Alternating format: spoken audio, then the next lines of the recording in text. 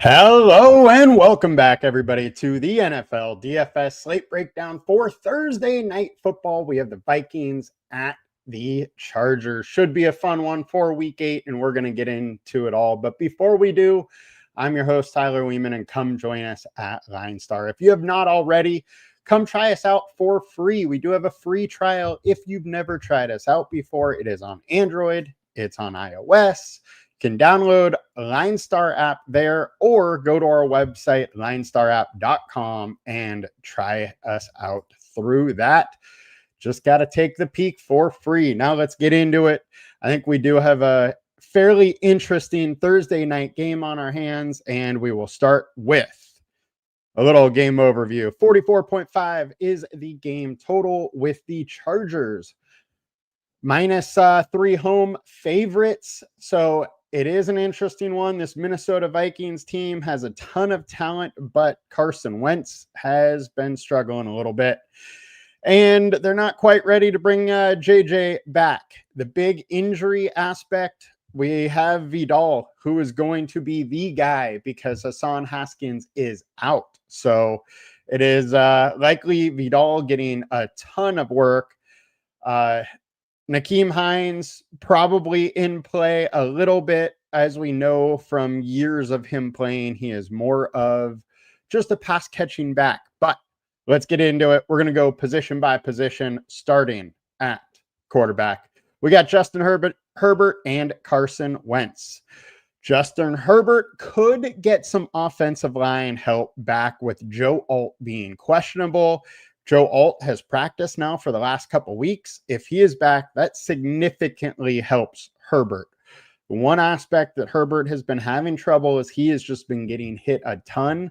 This offensive line has been in shambles, and the Vikings are not an easy matchup in that category as they disguise, their coverage. They do a lot of different blitzes.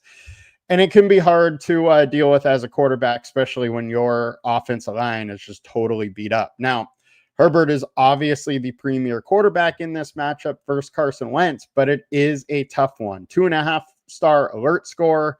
While Herbert has been exceptional, even with the bad offensive line, he is in a very tough spot. Minnesota only allowing 200 yards per game, 1.3 touchdowns to the quarterback, and the opponent rank is 6th. I like Herbert. I don't mind going some. I would expect one of those high teens type outing from him. I do not expect him to go for 33 again or 31 like he did versus KC. I don't think this Minnesota offense will be able to put up those types of points to really force Herbert to go. All in all, I like him. I don't mind going with him. And he does have a tad of rushing upside too. So if you want to play him in a captain or an MVP spot, I'm okay with it. I wouldn't go too hard with it though, because I think the way he really, gets going is through passing and, getting it to his receivers. He can spread it around though. So even with the spreading around, there is some pass where a captain makes him viable. Next, we got Carson Wentz at 11.4K, 15-point projection on LineStar. He is less owned for good reason, and it is a bit of a better matchup versus the Chargers than versus the Vikings. Now, the Chargers are 13th, whereas the Vikings are 6th overall versus the quarterback. 205 yards per game, 1 touchdown per game. And Carson Wentz has been okay. 1.3 pass touchdowns per game, just shy of 270 yards. He obviously has great weapons. I don't mind him, but I'm not going to play him the captain. If I play him, it will be only in the flex and, maybe a Justin Jefferson captain or Addison captain. Another thing to just shout out that on Sunday, it is National Tight End Day. So, don't forget your tight ends this week. Now, into the running back realm. We have some additional news we do need to talk about here, and that is Aaron Jones. His 21-day practice window is open, so technically there is a chance he could play in this game. He is listed as questionable. He practiced a little last week and has practiced a little bit this week. He is questionable currently. It's been limited practice, so it's not like he's a full go. Most likely, I think he's waiting one more week, but it's, worth talking about. If he's playing, he's, it's like a 50-50 split with him and Mason, with Mason taking most of the carries, and he's going to be, doing the receiving work and getting some carries. Now, Jordan Mason, 10.6K. 11.38 point projection. The consensus is 10.26. Kamani Vidal, very similar projections. And his projection is actually higher on the consensus one, and he's cheaper. He probably ends up higher owned. We have him at 48%, where Mason is 36. And I think either back is fine. Now, the Vikings are a little bit of a run foul. They can be hard to pass against. Well, they can be hard to do much against. But on the season, they are allowing 102 yards per game to the running back, 0.5 touchdowns. And they've been pretty tough against the pass. I don't mind some of it all. I think that he is okay. We saw his downside last week. 9 carries, 20 rushing yards, 4 receptions, 15 receiving yards, didn't get much going. And this is another hard matchup for him. This Miami matchup is as good as it gets. So don't get caught up in that score. And that's why last week we were fading him a little bit on Sunday and in the prop category. I just didn't believe that hype. It was too good of a matchup. And now this is another tough matchup. Reminder, this guy is a, later round pick, I think 6th round pick of last year, and was pretty much practice squad all last year. Started on the practice squad this year. It's not like he is extreme high pedigree that, made his presence known right away for this team. So while I don't mind playing some, I'm not going to go super hard on Kamani Vidal. Next, Jordan Mason, 10.6K. I do think he's a bit pricey, but he's going to get the goal line work. There's absolutely touchdown equity here. And on these single game slates, that means a lot. So Chargers allowing 1.1 touchdown per game and 92 yards per game. But over the last 4, they've been worse. 119 per game and 1.8 touchdowns per game. Now, that's going to be a little skewed because they just played Jonathan Taylor, who put up 3 touchdowns for them and has been just absolutely insane. But the Chargers have been beatable on the ground, not only and mainly through the ground, not so much through the air, where they're only allowing that's Jordan Mason allowing 1.5, getting 1.5 reception and 5 yards. But Chargers on the season, 4.3 receptions, 30 yards a game.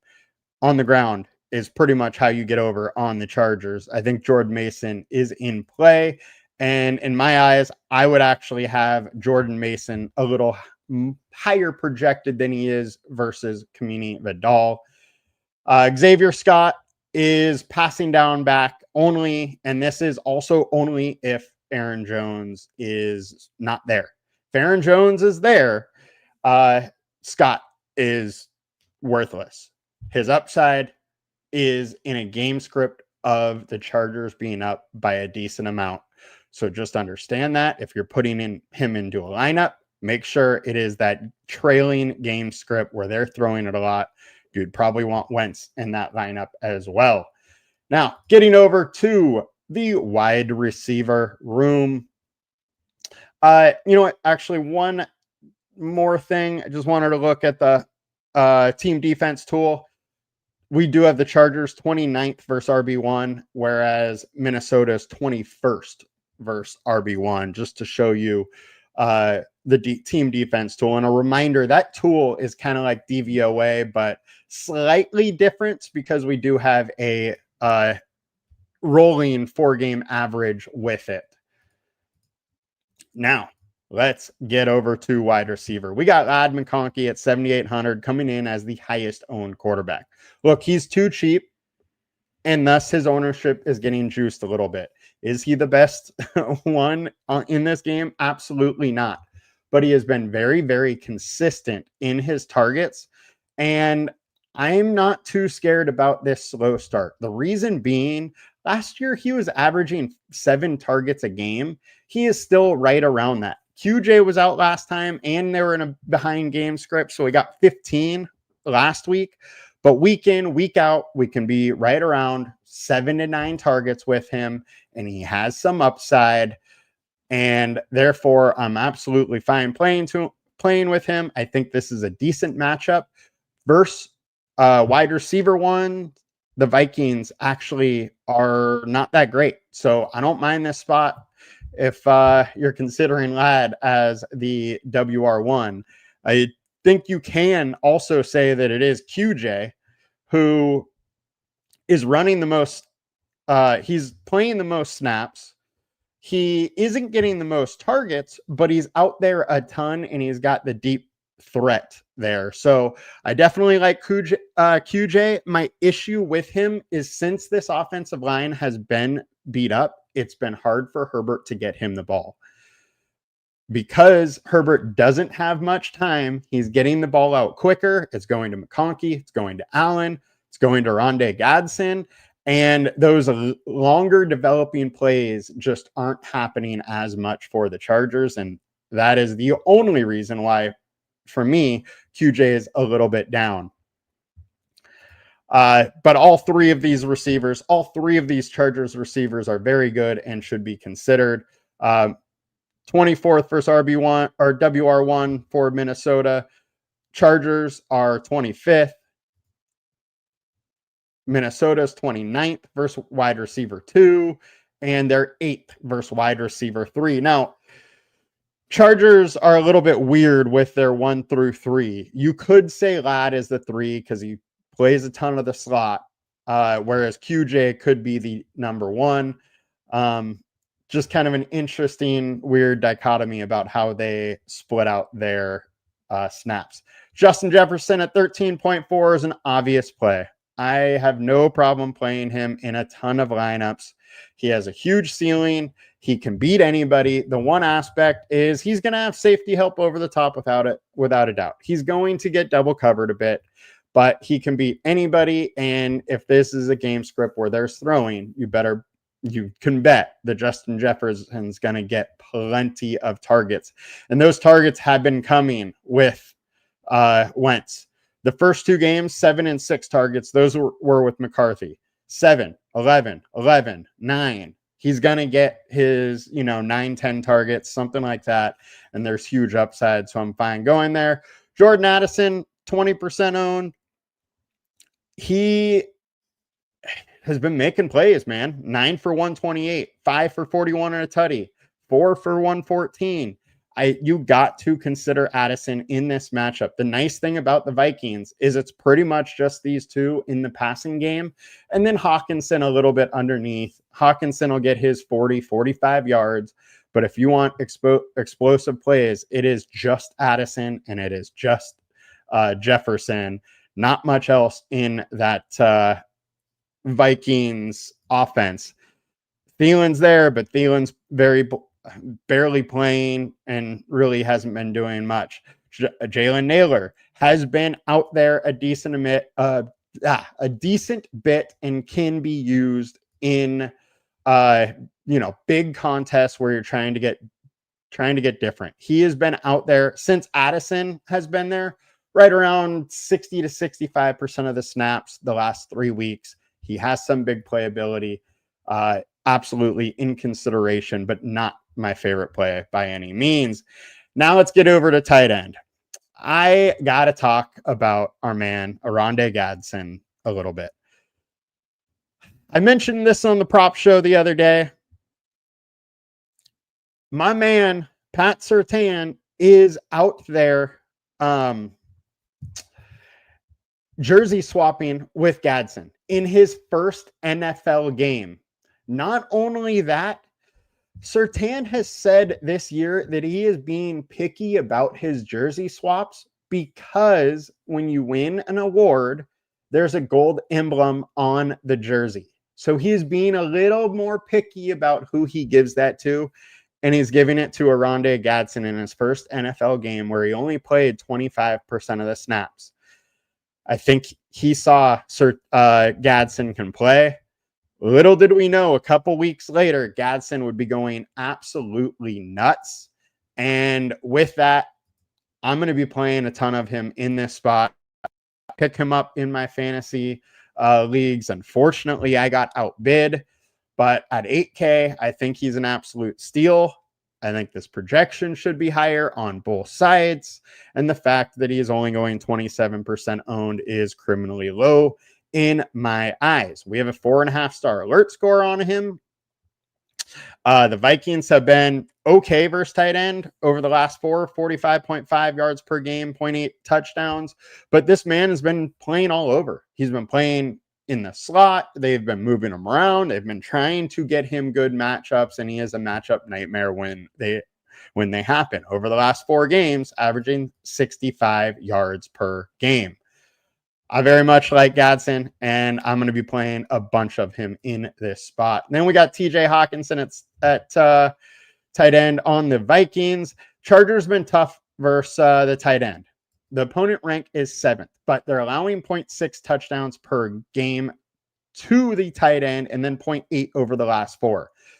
The reason you're playing TJ Hawkinson is for the touchdown equity. He's not going to break the slate with his targets and his yards and all that. You're looking at mid-40s yards probably, hopefully a touchdown, and that's how he becomes optimal. So, if you're playing him, probably wise to be playing Wentz also. If he has one of those 2 touchdown games that tight ends can have, then he could be a captain option. It is just unlikely. Outside of those 2, Josh Oliver will play some snaps, has been targeted in the red zone, and you could do worse than paying down to Oliver. Conklin, since Gadsden has shown up, he has been pretty much delegated to special teams. I'm probably not playing Conklin. I would, however, play a little bit of Will Dissly just because he will get a target or 2. And if it's in the red zone, then he could be optimal. And last but not least, let's get into defense. I actually think both defenses are totally viable in this spot. We get the Chargers versus Carson Wentz. Obviously, that does not scare anybody. And they can put up some points. They're only averaging 4.6 per game here, but offense allowing 1.2 interceptions per game, 0.5 touchdowns, only 21 points a game. And if they can get after the quarterback, if they can get a couple sacks, there is at least pass, especially with this interceptions number. As we all know, that's the easiest way to score a touchdown on D. Then on the other side, we got the Vikings. And I think you can absolutely consider the Vikings due to the fact that this offensive line is so bad. Now, Herbert's very good. And that is the worry about playing the Vikings defense. But they can get after the quarterback. They can do different stuff with coverage to try to fool a quarterback. Now, a quarterback like Herbert is tough to fool, but it is possible. So I don't mind a little bit of Viking love, even though they are away. And then obviously you got to consider kickers, as it can be an easy way to get 10, 12 points from a 6K guy. So I don't hate that way to go either. Josh, when you do DFS, are you looking for catches or rushing yards or just TDs? Really, for these optimal or for these single game slates, the touchdowns really matter. The guys that get touchdowns end up being optimal. Now, it's not the case every single slate, but more often it is. So the touchdown equity is giant in these small single game slates. If you're talking about, your Sunday NFL, 1 touchdown is not going to make you optimal. You need the yards with it. So you're trying to look for both. So I hope that answers your question, Josh. And that's going to do it for us today, guys. I hope you guys have a great afternoon. Have fun sweating this NBA slate, and we'll be back with more tomorrow. Talk to you all later. Peace. Please come join us at LINESTAR. $39.99 per month gets you access to all we do, and you get the there is also the free trial option if you've never tried us out